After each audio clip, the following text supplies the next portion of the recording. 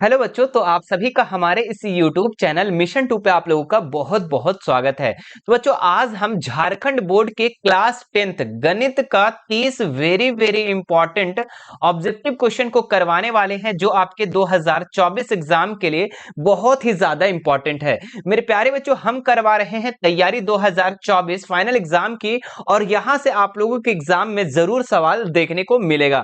तो चलिए फिर वीडियो को शुरू करते हैं, और इसके जितने भी महत्वपूर्ण सवाल दिए गए इस मॉडल पेपर सेट 1 का, सभी सवालों को हम लोग एक एक करके बहुत ही बेहतरीन तरीके से, बहुत ही स्मार्ट तरीके से आपको हम बताने वाले हैं। तो चलिए फिर शुरू करते हैं, और इसका पहला नंबर क्वेश्चन देखते हैं। बहुत ही ज्यादा इंपॉर्टेंट है, बहुत बार एग्जाम में पूछा गया है। 120 को अभाज्य गुणनखंडों के गुणनफल के रूप में लिखा जा सकता है। ठीक है, तो 120 के अभाज्य गुणनखंड आपको कर लेना है, और इसमें से चारों ऑप्शन में से कौन सा ही होगा वो आपको बताना है। ठीक है, तो यहां पे देखिए हम सॉल्व करते हैं। इसको थोड़ा सा हम थिकनेस को कम कर लेते हैं ना। हाँ, क्या है, 120 यहाँ पे लिख देंगे 120, और इसको हम अभाज्य गुणनखंड में तोड़ेंगे। सबसे पहले इसको 2 से तोड़ना है। कितना से? 2 से। अगर 2 से नहीं गया तो 3 से, नहीं गया तो 4 से। ठीक है, तो देखो 2 से चला जा रहा है, तो 2 से करेंगे तो 60 दूनी 120। फिर देखो 2 से चला जा रहा है तो 30 दूनी 60, और फिर ये देखो 2 से जा रहा है तो 15 दूनी 30। ठीक है, अब देखो ये 2 से नहीं जा रहा, 15 जा रहा है क्या? नहीं, तो 3 से जा रहा है। हाँ सर, जा रहा है, तो 3 से कर देते हैं। तो 3 पचे 15। सर 5 कोई भी टेबल में नहीं आ रहा है, तो इतने ही रहने दो। तो क्या हो गया यहाँ पे हमारा, इसका भाज्य गुणनखंड हो गया इसका 2 गुना 2 गुना 2 गुना 2, 3 ठो है, और 3 गुना, और लास्ट में क्या बचा हमारे पास? 5। तो ये इसका भाज्य गुणनखंड हो गया। देख लो ऑप्शन नंबर ए, तो ऑप्शन नंबर ए इसका बिल्कुल राइट हो जाएगा। बताओ समझ में आया या नहीं? आज जो बच्चे मैथ में बहुत ही कमजोर है, उसको भी आज समझ में आ जाने वाला है, क्योंकि आज हम आपके साथ। ठीक है, अब बताओ यहाँ पे अगर हम 140 दे देते तो बताओ बना पाते कि नहीं? बिल्कुल सर, बन जाता। तो कहीं ना कहीं आप लोगों को पहला क्वेश्चन इसी तरीके को देखने को मिलेगा। चलिए बढ़ते हैं हम लोग दूसरे नंबर सवाल पे। क्या लिखा हुआ है? 306 और 657 का महत्तम समापवर्तीय 9 दिया हुआ है। 306 और 657 का लघुत्तम समापवर्तीय क्या होगा? ठीक है, चलो तो इसको कैसे सॉल्व करेंगे वो देखो। आपका यहाँ पे जो महत्तम समापवर्तीय दिया हुआ है, यानी कि एचसीएफ दिया हुआ है। एचसीएफ कितना दिया हुआ है? 9 दिया हुआ है। ठीक है, और उसके बाद देखो यहाँ पे एलसीएम आपको क्या करना है? निकालना है। एलसीएम बराबर क्या हो गया? वाट। और दो संख्या दिया बच्चों, दो संख्या दिया हुआ है, 306 और 657 दिया हुआ है। देखो इसको कैसे सॉल्व करेंगे। ठीक है, इसको कैसे सॉल्व करेंगे वो ध्यान दो। चलिए देखो इसको कैसे सॉल्व करना है। थोड़ा सा हम इधर कर लेते हैं, और यहां पे हम आपको सॉल्व करके बताते हैं। एक फॉर्मूला होता है। फॉर्मूला क्या होता है कि दो संख्याओं का गुणनफल, दो संख्याओं का गुणनफल। थोड़ा सा बड़ा हो जा रहा है, इसको छोटा कर देते हैं भाई। गुणनफल, फल, इसका दो संख्याओं का गुणनफल होता है H C F into L C M. ठीक है, क्लियर है, दिख रहा है? अब दो संख्या का गुणनफल यहाँ पे आपको लिख लेना है। दो संख्या क्या क्या दिया हुआ है? 306 दिया हुआ है, 306 दिया हुआ है, और दूसरा संख्या दिया हुआ है 657। ठीक है, 306 और दिया हुआ है 657, लिख दिए हम यहाँ पे। और उसके बाद आपका दिया हुआ है यहाँ पे एचसीएफ दिया हुआ है 9, और एलसीएम नहीं दिया हुआ है, तो एलसीएम की जगह हम क्या लिख देंगे? एलसीएम ही रहने देंगे। अब ये देखो यहाँ 306, 306 और 657, और ये 9 जो है इंटू में इधर आके हो गया डिवाइड में। यहाँ पे क्या बच्चे बच्चों? एलसीएम। ये 9 से कट गया तो 9, 9 का अठारह 9 दिए 27। ठीक है, और तीन बचत 9 3 और 6 36, 9 चौके 36। तो अब हमारे पास नीचे बच गया 34 गुना 657। ठीक है, और बराबर में एलसीएम। अब जब दोनों को हम गुना करेंगे ना, तो आ जाएगा हमारे पास 22 33 8। ठीक है, आप गुना करके चेक कर लेना, इतना ही आने वाला है। ठीक है, तो एलसीएम कितना निकल गया? आपको एलसीएम निकालने बोला था, एलसीएम कितना निकल गया? 22 33 8। ठीक है, इसको आप स्क्रीनशॉट ले लो। ठीक है, तो देखो इसका ऑप्शन नंबर बी इसका बिल्कुल राइट हो जाएगा। चलिए आगे बढ़ते हैं हम लोग नेक्स्ट सवाल पे, तीसरे नंबर सवाल पे। पहले इसको हम लोग हटा लेते हैं ना, ताकि हम लोग यहाँ पे भी दूसरा चीज को सॉल्व करेंगे। ठीक है, ये हमारा हट गया।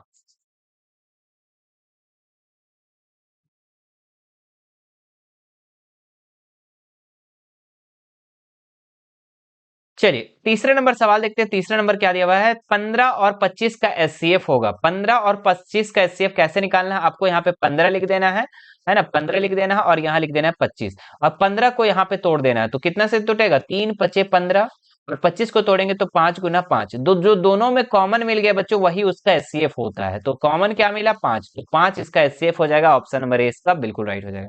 बताओ समझ में आया कि नहीं। एचसीएफ निकालने के लिए आपको क्या करना है कि दोनों में कॉमन ढूंढना है, दोनों में जो हो। तो देखो 15 और 25 में 5 और 5 दोनों में है, तो 5 इसका एचसीएफ हो जाएगा। क्लियर है। चलो आगे बढ़ते हैं हम लोग नेक्स्ट सवाल पे। क्या लिखा हुआ है, एक प्रकृत संख्या का अभाज्य गुणनखंड उसके गुणनफलों के क्रम को छोड़ते हुए डैश होता है, तो क्या होता है बच्चों, तो वो अद्वितीय होता है। क्या होता है, अद्वितीय। ऑप्शन नंबर 20 का बिल्कुल राइट हो जाएगा। चलिए आगे देखते हैं हम लोग। 5 नंबर, द्विघात बहुपद होगा जिसके शून्याकों का योग दिया हुआ है √2 और शून्याकों का गुणनफल दिया हुआ 1/3। ठीक है, शून्याकों का योग मतलब कि अल्फा प्लस बीटा दिया हुआ √2 और अल्फा इंटू बीटा दिया हुआ है 1/3। ठीक है, इसका क्या करना है आपको, द्विघात बहुपद। तो द्विघात बहुपद का एक फॉर्मूला होता है। ठीक है, यहाँ पे हम लिखेंगे। देखो हम आप लोगों को पूरे अच्छे तरीके से सॉल्व करवा दे रहे हैं ताकि आपका ऑब्जेक्टिव के साथ सब्जेक्टिव भी क्लियर हो जाए। अगर आपको इस क्वेश्चन जो है सब्जेक्टिव में पूछ दे तो भी आप बना लो, है ना। तो लिखेंगे द्विघात बहुपद और इसका फॉर्मूला होता है X square minus alpha plus beta और इंटू में एक्स और प्लस में अल्फा इंटू बीटा। ये इसका क्या होता है, फॉर्मूला। ठीक है, तो एक्स स्क्वायर की जगह में एक्स स्क्वायर लिख देंगे। अल्फा प्लस बीटा कितना दिया, √2, तो लिख देंगे यहाँ पे √2 और यहाँ पे क्या है एक्स, तो एक्स लगा देंगे। Alpha into beta 1/3। कोई दिक्कत यहाँ तक का, नहीं सर। ठीक है, अब ये जो बटा में है ना, इसको हम लोग को किसी तरीके से हटाना है, तो इसको क्या करेंगे, एलसीएम ले लेंगे सबका। चलो एलसीएम लेंगे तो कितना हो जाएगा हमारे पास, 3 एलसीएम आ जाएगा हमारे पास। ठीक है, थोड़ा सा टेढ़ा लाइन चल गया है ना, सीधा क्यों नहीं जा रहा है सर। चलिए, तो 3 हमारा क्या हो गया, एलसीएम हो गया। ठीक है, एक को कितना बार पढ़ेंगे, 3 आएगा तो 3 बार। 3 को एक्स स्क्वायर से गुना करेंगे तो 3x²। ठीक है, माइनस 1 को 3 बार और 3 को √2 से गुना करेंगे 3√2x और प्लस में यहाँ पे 3 को 1 से गुना करें, 1 को 1 से गुना करें 1। ठीक है, बराबर में क्या हो गया हमारे पास, यहाँ पे 0 हो गया। क्या हो गया यहाँ पे, बराबर में 0 हो गया। अब ये 3 जो है ना इधर आके किस में हो जाएगा, इनटू में हो जाएगा। तो हमारे पास सिर्फ का सिर्फ बचेगा 3x² माइनस 3√2x प्लस 1। और ये जो 3 है ना इधर आके 0 से मल्टीपल होकर 0 हो जाएगा, खत्म हो जाएगा। तो यहाँ पे क्या बचा हमारे पास, 3x² माइनस 3√2x प्लस 1। कहाँ पे है सर, ऑप्शन नंबर बी में। ऑप्शन नंबर बी को फटाक से क्लिक करके आप लोगों को घर आ जाना है ना। चलिए आगे बढ़ते हैं लोग नेक्स्ट सवाल में। क्या दिया है, यदि A X square plus B X plus C के शून्याक अल्फा बीटा हो तो अल्फा प्लस बीटा क्या होगा। एक फॉर्मूला होता है बच्चों, याद रखना कि अल्फा प्लस बीटा का फॉर्मूला होता है -b/a। क्या होता है, -b/a। ठीक है, तो ऑप्शन नंबर ए इसका बिल्कुल राइट हो जाएगा। एक और फॉर्मूला आपको एग्जाम में पूछ सकता है कि अल्फा इंटू बीटा बता दो सर क्या होता है, तो इसका होता है c/a। ठीक है, तो दोनों फॉर्मूला को आप स्क्रीनशॉट ले लो, अच्छे से याद रखना कि अल्फा प्लस बीटा पूछेगा तो -b/a बताना और अल्फा इंटू बीटा पूछेगा तो c/a बताना। क्लियर है। चलो आगे देखते हैं नेक्स्ट सवाल।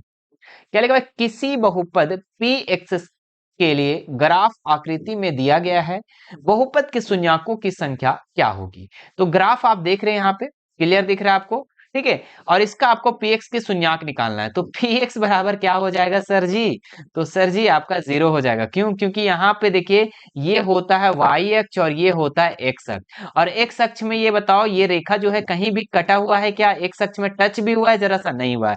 तो जहां टच होगा वही आपका वहां पे 1 2 गिनती होगा, लेकिन यहाँ पे आपको एको बार टच नहीं किया, इसलिए इसका आंसर 0 हो जाएगा। ठीक है, आप लोगों को एक होमवर्क दे रहे हैं। ठीक है, आप लोग अगर दूसरा चैप्टर अच्छे से पढ़े होगे तो उसको बताना। ठीक है, ये आपका एक्स अक्ष और ये आपका हो गया, सॉरी एक्स अक्ष उल्टा बोल दिया, ये आपका हो गया एक्स अक्ष और ये हो गया वाई अक्ष, और इस तरीके से आपका बना हुआ है। तो बताओ इसका पीएक्स होगा। यहाँ पे आपको देखना है कि एक्स में कितना बार कटा है, तो कितना बार कटा है बाबू, तो 2 बार कटा है, तो इसलिए इसका px बराबर कितना हो जाएगा, 0 हो जाएगा। और इस जगह पे आप देखो x में 1 बार नहीं कटा था, अच्छा 0 बोल दिया, सॉरी 0 नहीं, इसका 2 ना होगा जी, जी सर 2 होगा। ठीक है, क्योंकि x बार कितना बार कटा है, 2 बार, इसलिए इसका आंसर 2 होगा। और यहाँ पे 1 बार नहीं कटा था, इसलिए इसका आंसर 0 हुआ। ठीक है, चलिए आगे देखते हैं नेक्स्ट सवाल में लोग। समीकरण युग्म ax plus b1y plus c1 is equal to 0 a2x plus b2y plus c2 is equal to 0 यदि a1 बटा a2 b1 बटा b2 is not equal c2 तो समीकरण का युग्म क्या होगा। ठीक है, तो देखो इसको क्या करना है, आपको याद रखना है, तीन चीज को आपको अच्छे से याद रखना है। ठीक है, तीन कंडीशन को आपको याद रखना है। तो a1 बटा a2, b1 बटा b2, ठीक है, और c1 बटा c2, C1 बटा C2। ठीक है, तो ये पहला कंडीशन आपका जब पूरा सब मिल जाए तो बहुत सारा हल होगा। क्या हो जाएगा, बहुत सारा हल। और जब फर्स्ट वाला ना मिले, अच्छा तीनों कंडीशन को हम एक बार में ही लिख देते हैं। ठीक है, A1 बटा A2, B1 बटा B2 और C1 बटा C2 लिख दिए। एक और कंडीशन लिख लो, A1 बटा A2, B1 बटा B2 और C1 बटा C2, C1 बटा C2। ठीक है, जब मेरे प्यारे बच्चों फर्स्ट वाला ना मिले तो इसका क्या होगा, अद्वितीय हल होगा।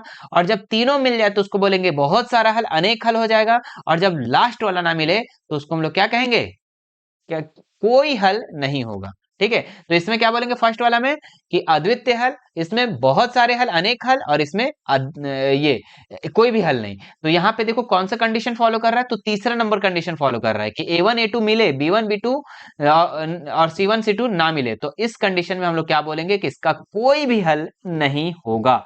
ऑप्शन नंबर सी इसका बिल्कुल राइट हो जाएगा। ठीक है, तो आप लोगों को बताओ कि तीनों में से कोई भी आ जाएगा तो बताओ बना पाओगे कि नहीं। जी सर बन जाएगा। ठीक है, क्योंकि तीनों कंडीशन आपको हम बता चुके हैं। आगे देखते हैं नेक्स्ट सवाल हम लोग।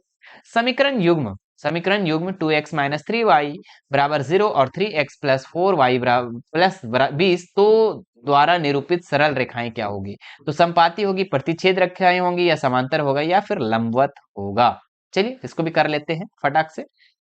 आपको यहाँ पे देखना है सबसे पहले कि A1 A2 B1 B2 C1 C2 मिल रहा है कि नहीं। ठीक है, तो A1 बटा A2, B1 बटा B2 और C1 बटा C2। ठीक है, देखो A1 कितना है, 2 है, A2 कितना है, A2 3 है। ठीक है, चलो B1 कितना है, B1 के जगह में 3 हो जाएगा, और B2 कितना है, 4 है। ठीक है, यहाँ पे माइनस है, ध्यान रखना। तो मेरे प्यारे बच्चों फर्स्ट वाला ही नहीं मिला, तो सेकंड वाला हम क्यों मिला है, A1 A2 B1 B2 ही नहीं मिला। ठीक है, तो ये क्या हो जाएगा, संपाती या प्रतिच्छेद या समांतर या लंबवत। तो ये क्या हो जाएगा, प्रतिच्छेद हो जाएगा। क्या हो जाएगा मेरे प्यारे बच्चों, प्रतिच्छेद हो जाएगा। तीनों चीज को आप याद रखना कि जब फर्स्ट वाला ना मिले तो आपका प्रतिच्छेद होगा। क्या होगा, प्रतिच्छेद होगा। और जब तीनों मिल जाए तो उसको हम लोग बोलेंगे कि संपाती है। और जब लास्ट वाला ना मिले तो उसको हम लोग क्या कहेंगे, समांतर है। ठीक है, इस चैप्टर को हम बहुत अच्छे तरीके से आप लोग को हम बता चुके हैं बच्चों। ठीक है, अगर आप उस वीडियो को नहीं देखें तो चैप्टर वाले वीडियो को देखना, बहुत ही बेहतरीन तरीके से आपको हम समझाए हैं, कंडीशन को बहुत अच्छे तरीके से हम बताए हैं। ठीक है, तो इसका कौन सा आंसर हो जाएगा, इसका आंसर प्रतिच्छेद है। चलिए नेक्स्ट देखते हैं हम लोग 10 नंबर। C के किस मान के लिए समीकरण युग्म सी एक्स माइनस वाई बराबर 2 और सी एक्स माइनस 2y बराबर 4 का अनंत हल है। ठीक है, मतलब कि बहुत सारा हल।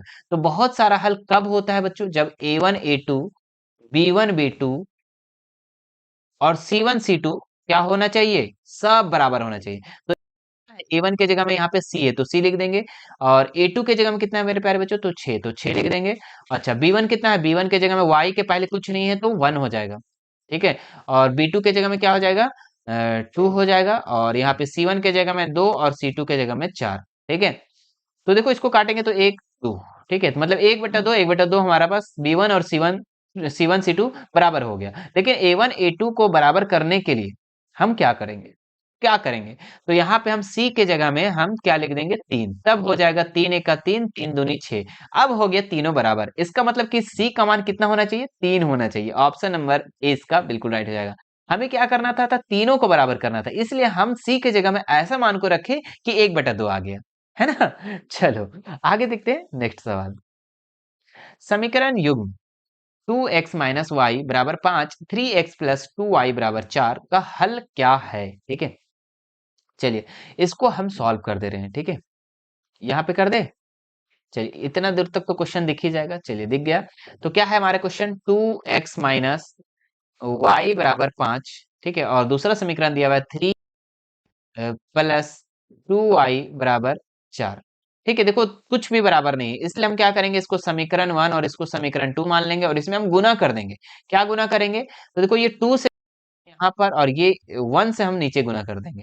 ठीक है, तो 2 दूनी कितना हो जाएगा, 4x माइनस 2y और यहाँ पे 5 दूनी 10, मतलब कि सभी को हम 2 से ऊपर वाला को गुना कर देंगे, नीचे को 1 से गुना करेंगे तो सेम संख्या आ जाएगा हमारे पास, प्लस 2y और बराबर में 4 का 4, ये कट जाएगा मेरे प्यारे बच्चों। ठीक है, 2y और 2y प्लस माइनस में कट गया, यहाँ पे 4 3 कितना हो गया, 7x और यहाँ पे हो गया 10 4 14, तो x बराबर कितना हो गया मेरे प्यारे बच्चों, तो 14/7 इज इक्वल टू 2।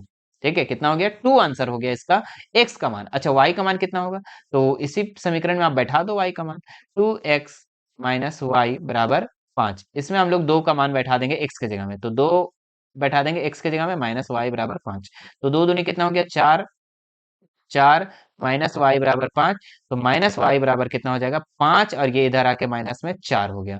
ठीक है, तो हमारे पास हो गया माइनस वाई बराबर 5 में से 4 गया तो 1 बचा, कितना बचा, 1 बचा, लेकिन साइन इधर है इसलिए यहाँ पे माइनस लग जाएगा, तो -1 और 5 इसका आंसर हो जाएगा, कहाँ पे है, -1 और 5, x का मान 5, अच्छा 5 नहीं जी, 2 आया था ना, 2, x का मान 2 और y का मान -1, कहाँ पे, option number A, option number A इसका बिल्कुल राइट हो जाएगा। क्लियर है, ठीक है, तो ये हम लोग विलोपन विधि से इसको सॉल्व कर लिए। आगे देखते हैं, वह रैखिक समीकरण युग्म जिसका कोई हल नहीं होता है क्या कहलाता है। ठीक है, तो जिसका कोई हल नहीं होता है, जिसका कोई हल नहीं होता, मतलब कि a1 a2 b1 b2 मिले लेकिन c1 c2 ना मिले, तो उसका कोई हल नहीं होता और वो होता है असंगत। क्या होता है मेरे प्यारे बच्चों, असंगत होता है, ऑप्शन नंबर बी इसका बिल्कुल राइट हो जाएगा।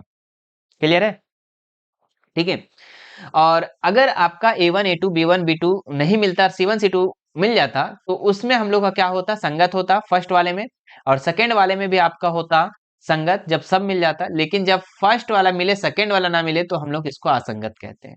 ठीक है, असंगत। आगे देखते हैं नेक्स्ट सवाल, समीकरण युग्म x प्लस वाई बराबर 9 x माइनस वाई बराबर 1 का हल है। ठीक है, तो x प्लस वाई बराबर 9 दिया हुआ है और x माइनस वाई बराबर 1 दिया हुआ है। चलो बहुत अच्छा सवाल है, y y कट गया, यहाँ पे हो गया 2x और यहाँ पे 9 और 1 10, तो x बराबर कितना हो गया, 10/2, तो 5, x बराबर कितना हो गया, 5 हो गया।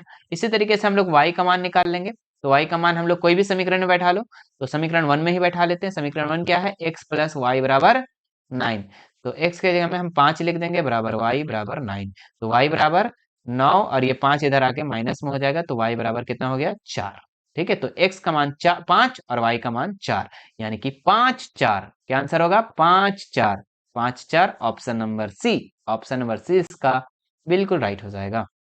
चलिए आगे देखते हैं हम लोग, निम्नलिखित में से कौन सा द्विघात समीकरण है। ठीक है, तो द्विघात समीकरण यहाँ पे आपको बताना है बच्चों कि इनमें से कौन जो है वो द्विघात समीकरण है।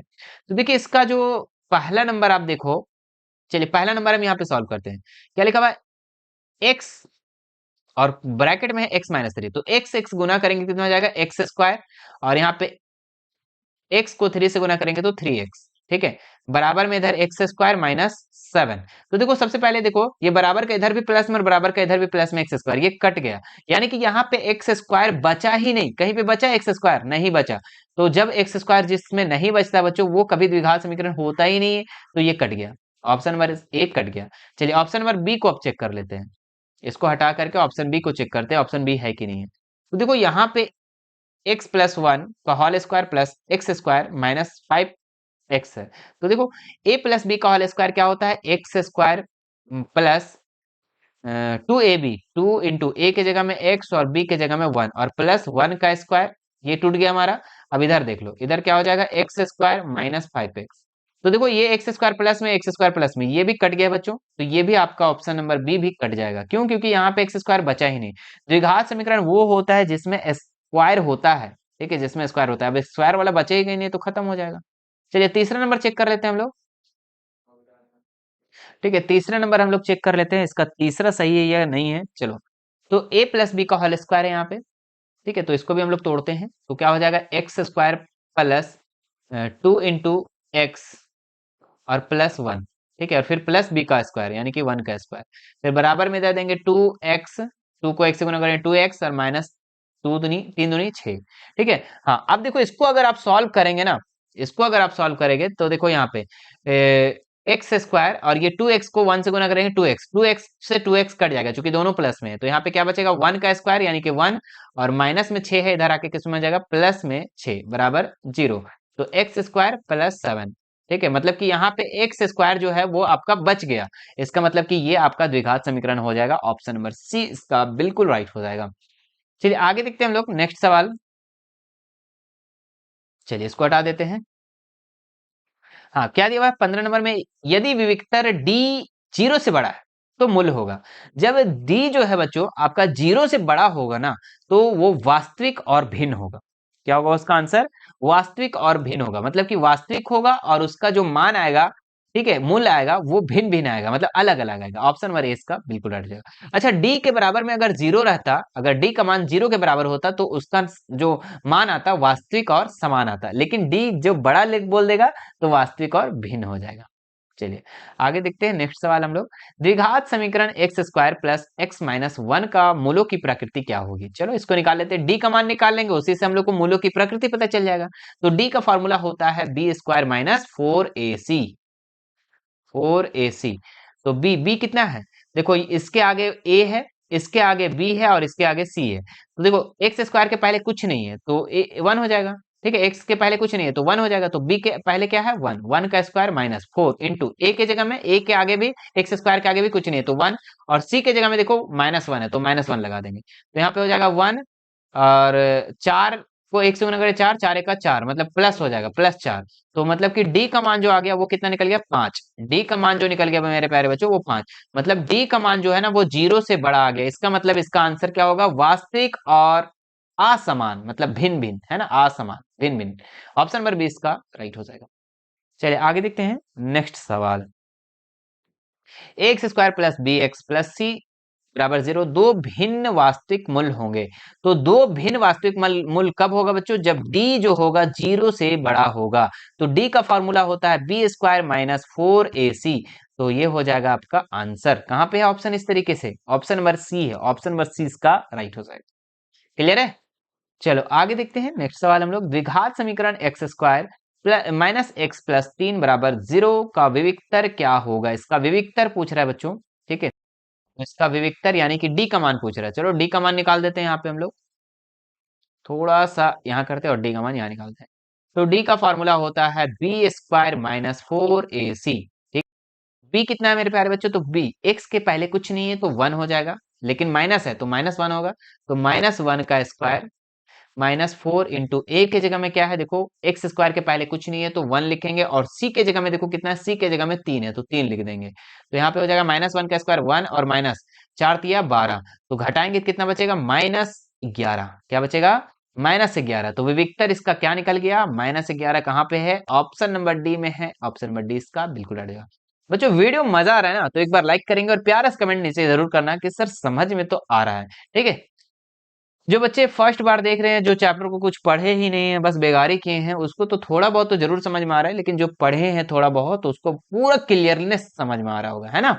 चलो कमेंट करना किसको किसको मजा आ रहा है। यदि द्विघात समीकरण x square minus 4x plus के बराबर 0 का मूल समान है तो के का मान ज्ञात करना है। चलो के का मान ज्ञात करना है। जब मूल समान है, मूल समान बोल दिया मतलब कि डी का मान 0 बोल दिया ये, ठीक है। चलो इसको थोड़ा सा हम ना इधर बना देते हैं, इसको हटा देते हैं, हट गया हट गया हट गया, और यहाँ पे हम लोग बना देते हैं, ठीक है। मूल समान बोला मतलब कि डी बराबर क्या बोल दिया, 0 बोल दिया, ठीक है। डी बराबर क्या बोल दिया, 0 बोल दिया, तो इसका फॉर्मूला हो जाएगा, डी का formula B square minus 4ac बराबर 0। तो देखो बी के जगह में क्या है बच्चों 4, तो लिख देंगे 4 का स्क्वायर, कितना लिख देंगे 4 का स्क्वायर, माइनस में है माइनस में 4 का स्क्वायर, 4 इंटू एक के जगह में कितना लिखेंगे ए, एक्स स्क्वायर के पहले कुछ नहीं है तो 1, और इंटू सी के जगह में कितना है के, तो के लिख देंगे बराबर 0। तो 4 का स्क्वायर तो कितना हो जाएगा 16 माइनस 4 एका 4, और अच्छा 4 एका 4, 4 को कैसे गुना करेंगे 4 के बराबर 0। तो -4 के बराबर ये 16 जो है बच्चों इधर आके माइनस में 16 हो जाएगा, तो ये माइनस से माइनस कैंसिल हो जाएगा, तो के बराबर 16/4, 4 से कट जाएगा तो के बराबर 4 आ जाएगा। ना आ जाएगा 4 चौके 16, 4 इसका आंसर हो जाएगा। कहाँ पे है बच्चों ऑप्शन, तो ऑप्शन यहाँ पे देख सकते हैं option number A, option number A इसका बिल्कुल राइट हो जाएगा। जो के का मान आएगा ना 4 आएगा। आगे देख बाबू, आगे देखो कौन क्वेश्चन दिया हुआ है। क्या है? द्विघात समीकरण x square minus 5x plus 6 बराबर 0 मूल ज्ञात करना है। चलो, मूल कैसे निकलेगा? चलो इसको भी हम लोग सॉल्व करते हैं, ये साइड करके। हटा दे इसको। जी सर, नहीं हटाएंगे तो बनेगा, बनाएंगे कहाँ आप? तो इसको हम लोग हटा देते हैं, हटा दिए, है ना। चलो, क्या है? X square minus 5x plus 6 का मूल्य ज्ञात करना है। चलो यहाँ पे बनाते हैं एक्स स्क्वायर माइनस 5x और प्लस में 6 बराबर 0। फर्स्ट लास्ट को गुना करेंगे बच्चों, फर्स्ट लास्ट को क्या करेंगे? गुना करेंगे। कितना हो जाएगा? 6x square. 6x स्क्वायर को हम लोग ऐसा तोड़ेंगे, 6x स्क्वायर को ऐसा तोड़ेंगे कि जोड़ने घटाने में हमारे पास कितना चाहिए? 5x आना चाहिए। ठीक है, तो इसको क्या करेंगे? 2x गुना 3x, 2 तिया 6x स्क्वायर, और 2 और 3 को गुना जोड़ेंगे तो 5 आ जाएगा। चलो लिखते हैं यहाँ पे एक्स स्क्वायर माइनस, सबसे पहले इसको कैसे लिखे कि माइनस में आ जाए, तो माइनस में 2x भी लिख देंगे और माइनस में 3x भी लिख देंगे, तो माइनस माइनस प्लस हो जाएगा, और 2 3 5x। ठीक है, लेकिन साइन माइनस करेगा, प्लस में 6 बराबर 0। अब देखो इन दोनों को एक साथ जोड़ेंगे, मतलब एक साथ लगाएंगे, मतलब दोस्ती बना देंगे इन दोनों को, और इन दोनों को दोस्ती बना देंगे, और दोनों में हम क्या करेंगे? कॉमन निकालेंगे। तो दोनों में देखो कॉमन क्या है? x है, तो अंदर में क्या बचा? x और माइनस, यहाँ से x निकल गया तो 2 बचा, माइनस यहाँ पे 3 निकाल दो बाहर, तो यहाँ पे क्या बचा? x, और यहाँ पे 3 जब निकल गया तो यहाँ पे क्या बचा? 2 बचा, बराबर में 0। ठीक है, 3 दूनी 6। अब देखो यहाँ पे जो मिल गया बच्चों, जो बीच वाला है ना, हर हाल में बराबर आना चाहिए, अगर नहीं आएगा तो गलत हो जाएगा, है ना, गलत हो जाएगा। बीच वाला है जो बराबर आना चाहिए। तो यहाँ पे एक चीज जो हो गया, x माइनस 3 एक जगह लिख देंगे, और जो मिल गया उसको हम एक जगह लिख देंगे, बराबर में 0। तो देखो x माइनस 3 बराबर 0, और इधर एक लाइन दे देंगे x माइनस 2 बराबर 0। ठीक है, मतलब कि दोनों बराबर में हम 0 मान लेंगे। तो x बराबर कितना हो गया? 3, और x बराबर 1 हो गया 2। तो 3 और 2 इसका आंसर हो जाएगा। कितना हो जाएगा? 3 और 2 कहाँ पे है? ऑप्शन नंबर बी है, ऑप्शन नंबर बी इसका बिल्कुल राइट हो जाएगा, 3 और 2। चलिए आगे देखते हैं हम लोग, नेक्स्ट सवाल हम लोग, बस अब बहुत ही कम सवाल बचे हुए हैं, यही सब सवाल को हम लोग कंप्लीट कर लेते हैं। निम्नलिखित में एपी पूछ रहा है, इसमें से आपको पूछ रहा है कि इनमें से एपी कौन है। तो एपी वो होता है बच्चों जिनका जिनका डिफरेंस जो है वो बराबर होना चाहिए। कितना होना चाहिए? डिफरेंस जो है वो बराबर होना चाहिए। तो देखो 2 4, देखो क्या हो रहा है? 2 4, फिर 4 के बाद 8 आ जा रहा है। ठीक है, मतलब 4 का डिफरेंस हो जा रहा है। फिर यहाँ पे 8 और 16, देखो 16 डिफरेंस हो जा रहा है। मतलब कि यहाँ पे क्या है? डिफरेंस अलग अलग है। यहाँ पे देखो 1 के बाद 3, कितना हो रहा है? 1 के बाद 3, उसके बाद 3 के बाद 5, और 5 के बाद फिर 7, मतलब कि दो दो का अंतर हो रहा है ना, दो का अंतर, दो का अंतर और दो का अंतर। ठीक है, तो ऑप्शन नंबर बी इसका बिल्कुल राइट हो जाएगा। चलिए आगे देखते हैं हम लोग, नेक्स्ट सवाल 22 नंबर, क्या लिखा हुआ है? 2 7 12 का 10वां पद क्या होगा? ठीक है, तो सबसे पहले जो दिया है वो लिख लेते हैं हम लोग। A1 दिया हुआ है, कितना दिया हुआ है? A दिया हुआ है 2, और D निकालना पड़ेगा, तो D निकालने के लिए हम क्या करेंगे? 7 में से 2 को घटा देंगे, कितना बचेगा? 7 माइनस 2 घटा देंगे तो 5 बचा, D का मान निकल गया 5। 10वां पद निकालने के लिए एक फॉर्मूला होता है बच्चों, A10 बराबर फॉर्मूला होता है A प्लस 9D। कितना होता है? A plus 9D। देखो 10 पूछेगा तो 9D, और A9 पूछेगा तो A प्लस 8D, मतलब एक कम करके चलना है ना। तो A का मान हो गया 2, और 9 इंटू D का मान कितना हो गया? 5। तो 2 प्लस 9 पचे 45, तो 45 और 2 47, तो इसका आंसर 47 हो जाएगा, ऑप्शन नंबर सी। क्लियर है? चलो स्क्रीनशॉट ले लो। हाँ, अब हम लोग नेक्स्ट बनाते हैं। चलिए, क्या लिखा हुआ है? 2 अंकों वाली कितनी संख्याएं जो है वो 3 से विभाज्य है। ठीक है, तो 2 अंक जो है बच्चों आपका कहां से स्टार्ट होता है? 10 से स्टार्ट होता है ना। और कितनी संख्या विभाजित है, तो और खत्म कहां होता है? 99 तक। तो क्या 10 2 से कटता है? नहीं, 3 से कटता है? नहीं कटता है। तो कितना कटता है बच्चों? तो सबसे पहला जो दो संख्या है आपका 12 से कटता है, फिर दूसरा संख्या आपका 15 कटेगा, फिर 18 कटेगा। इस तरीके से डॉट डॉट डॉट होके ये 99 भी 3 से कटेगा। ठीक है, 3 से 12, 15, 18, फिर लास्ट वाला 99। तो यहाँ पे ए आपका हो गया 12, डी हो गया आपका 15 में से 12 घटाएंगे तो 3। ठीक है, और आपको कितनी संख्या विभाजित, मतलब एन का मान यहाँ पे आपको क्या करना है? फाइंड करना है। और आपका एन भी दे रखा है, एन कितना दिया हुआ है? 99। चलो अब बनाते हैं, इसको सॉल्व करते हैं। फॉर्मूला एक होता है बच्चों, फॉर्मूला आपको याद रखना है। फॉर्मूला होता है ए एन बराबर A plus N minus 1 into D. ठीक है, तो ए एन कितना दिया हुआ है? 99, और ए कितना दिया हुआ है? ए की जगह में हम 12 लिख देंगे, प्लस n नहीं दिया हुआ है, n की जगह में n, और d कितना दिया हुआ है, 3 दिया हुआ है। ठीक है, तो 99 और ये 12 इधर प्लस में है तो इधर आके माइनस में हो गया, है ना, बराबर 3n-1। अच्छा, 1 कैसे होगा जी, 1 नहीं ना होगा, कितना होगा, 3 को n से गुना करें 3n, 3 को 1 से गुना करेंगे तो 3। ठीक है, अब 99 में से हम 12 को घटाते कितना बचता है, 9 में 2 गया तो 7, और 9 में 1 गया तो 8। ठीक है, 87 हो गया, और यहाँ पे हो गया हमारे पास 3n-3। ये 3 जो है माइनस में इधर आके किस में हो जाएगा, प्लस में, तो 87 प्लस 3 बराबर 3n। ठीक है, तो 90 बराबर 3n, 3 से ये कैंसिल हो जाएगा तो कितना हो जाएगा, 90/3 बराबर n, तो 9 से कटेगा तो कितना, 30। कितना आंसर हो जाएगा, 30, 3 तिया 90, है 3 30 से है 90। ठीक है, 3 तिया 9, तो 30 इसका आंसर हो जाएगा, कितना हो जाएगा, 30, ऑप्शन नंबर बी इसका राइट हो जाएगा। ठीक है, स्क्रीनशॉट ले लो। चलो आगे देखते हैं नेक्स्ट सवाल। 0 और 50 के बीच विषम संख्याओं का योग कितना होगा, 0 और 50, तो 0 और 50 के बीच की विषम संख्या, चलो बनाते हैं। देखो 0 और 50 के बीच अगर हम लोग देखें बच्चों, तो विषम संख्या आपका स्टार्ट होता है 1, 3, 5 डॉट डॉट डॉट डॉट, और लास्ट वाला 50 तो सम संख्या है, तो 49 जो है ये विषम संख्या है। ठीक है, तो आपका यहाँ पे ए दे दिया है 1, डी दे दिया है आपका 3 में से 1 घटाएंगे तो 2, और एन यहाँ पे आपको निकालना है, कितनी संख्या है ना, तो एन आपको यहाँ पे निकालना पड़ेगा, और उसके बाद आपका यहाँ पे एन निकालना पड़ेगा, और यहाँ पे आपका एन दे रखा है, एन कितना दिया हुआ है, 49। ठीक है, चलो इसको यहाँ पे हम बनाते हैं। ठीक है, कैसे बनेगा ये, हाँ, इसमें आपको सबसे पहले एन का मान निकालना है ना, तो ए एन का फॉर्मूला में हम लोग एन का मान निकालेंगे, तो A plus N minus 1 into D. ठीक है, तो ए एन कितना दिया हुआ है, 49 की जगह हम 49 लिख देंगे, बराबर ए कितना दिया हुआ है, 1 प्लस एन, एन कितना दिया हुआ है, तो एन नहीं दिया हुआ है सर, तो एन की जगह में एन लिख देंगे, डी का मान की जगह में 2 लिख देंगे। ठीक है, तो 49 और ये एक इधर है, तो आपका घट जाएगा बच्चों, चूंकि प्लस में है तो 48 पहले नहीं लिख दो जी, स्टेप जंप क्यों करते हो, क्योंकि आपको हम ऑब्जेक्टिव के साथ सब्जेक्टिव भी ना सिखा रहे जी, हाँ सर, तो 1 बराबर, ये n को 2 से गुना करेंगे तो 2n, और 2 को 1 से गुना करेंगे तो 2। 49 में 1 घटाएंगे तो कितना बचेगा, 48 बचेगा। ठीक है, और 2n-2। ठीक है, तो ये -2 इधर आके किस में हो जाएगा, प्लस में हो जाएगा। ठीक है, तो 48 प्लस 2 बराबर 2n। ठीक है, तो 50 कितना निकल गया, 50 2n, तो ये 2 से कट जाएगा तो कितना हो जाएगा, n बराबर 25। कितना निकल गया, n बराबर 25। अब जब n का मान निकल गया तो इसका आपको क्या करना है, इसका योग को निकालना है। ठीक है, तो योग हम लोग यहाँ पे निकाल देते हैं, योग, चलो थोड़ा सा कलर इसको चेंज कर देते हैं, योग, एस एन का फार्मूला होता है बच्चों n/2n, है ना, तो लंबा फार्मूला होता है, इसको हम छोटा फार्मूला से करते हैं, n/2 और ए प्लस एन।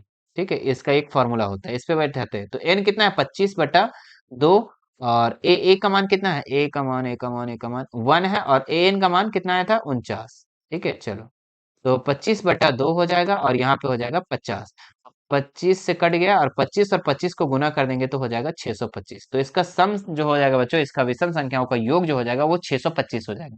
ठीक है, तो ऑप्शन नंबर सी इसका बिल्कुल राइट हो जाएगा, कितना हो जाएगा, सी। ठीक है, आप लोग उतारना चाहते हैं तो एक बार आप यहां से उतार सकते हैं, उतार लिए। चलो आगे देखते हैं, सभी वृत्त क्या होते हैं, तो सभी वृत्त जो होते हैं बच्चों वो होते हैं समरूप, ऑप्शन नंबर 20 का बिल्कुल राइट होगा, चाहे छोटा वृत्त चाहे बड़ा वृत्त, सभी वृत्त समरूप होते हैं। आगे देखो यहाँ पे नेक्स्ट सवाल, इसको हटा देते हैं।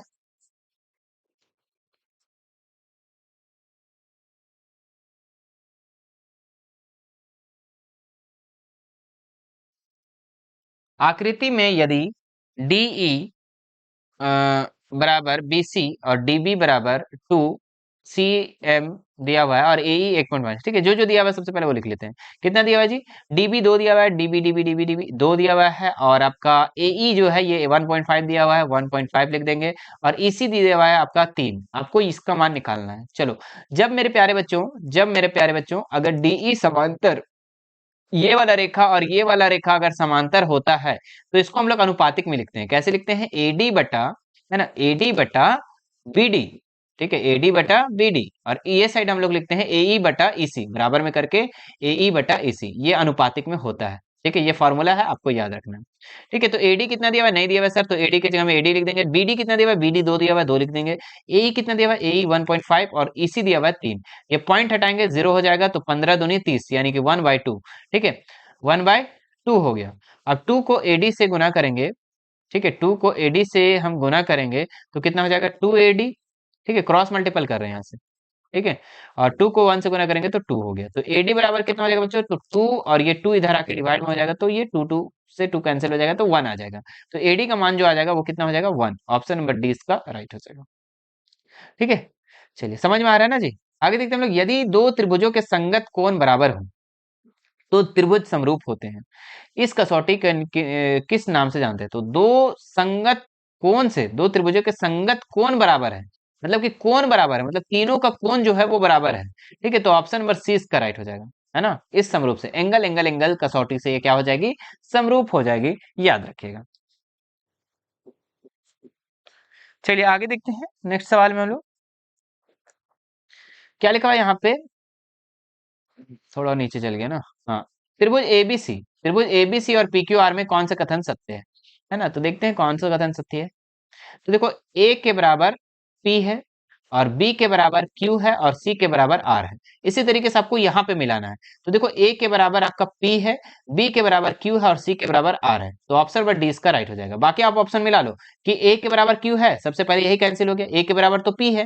देखो, ए के बराबर पी है, चलो ठीक है, बी के बराबर आर नहीं, बी के बराबर तो क्यू है, तो ये भी कट गया। देखो, ए के बराबर क्यू, हाँ गलत है। ठीक है, तो ए के बराबर पी है, बी के बराबर क्यू है और सी के बराबर आर है, एकदम लाइन से होना चाहिए तभी आपका सही होगा, है ना। तो ऑप्शन नंबर डी इसका राइट हो जाएगा। आगे देखते हैं नेक्स्ट सवाल यहाँ पे, यदि दो समरूप त्रिभुज के संगत भुजा का अनुपात 4:9 है तो उसके क्षेत्रफल का अनुपात कितना होगा। तो एकदम डायरेक्ट है इसका, एकदम इस तरीके का सवाल आएगा तो डायरेक्ट क्या करना है, इसका वर्ग कर देना, है ना। 4 का वर्ग कर देना और इधर आप थोड़ा ऊपर बना देते हैं, नीचे नहीं हो रहा जगह ना। हाँ, 4 का वर्ग कर देना और 9 का वर्ग कर देना, तो 4 का वर्ग 16 और 9 का वर्ग 81, तो 16:81 इसका ऑप्शन नंबर डी इसका राइट हो जाएगा। ठीक है, जब भी मेरे प्यारे बच्चों दो समरूप त्रिभुज के संगत कोण अगर बराबर है, ठीक है, संगत भुजा अगर अनुपात में है तो उसका क्षेत्रफल जो होगा वो उसका वर्गों के योग के बराबर होगा, है ना, वर्गों के। एक समबाहु त्रिभुज की भुजा 2a है। अगला क्वेश्चन, एक समबाहु त्रिभुज की भुजा 2a है तो शीर्षलंब की लंबाई क्या।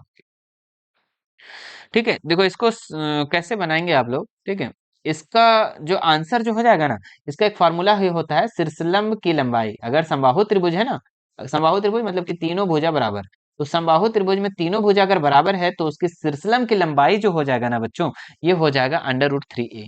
ठीक है, ये फॉर्मूला होता है, तो याद रखना इस चीज को। ऑप्शन नंबर ए इसका बिल्कुल राइट हो जाएगा। तो ये था मेरे प्यारे बच्चों आप लोगों का 30 महत्वपूर्ण सवाल। मुझे आशा है कि आपको पूरे अच्छे से ये पूरे समझ में आ गया होगा। और ये मैथ का, ये गणित का पहला सेट था। ठीक है, इसमें से आप लोगों को 30 क्वेश्चन को करवा दिए।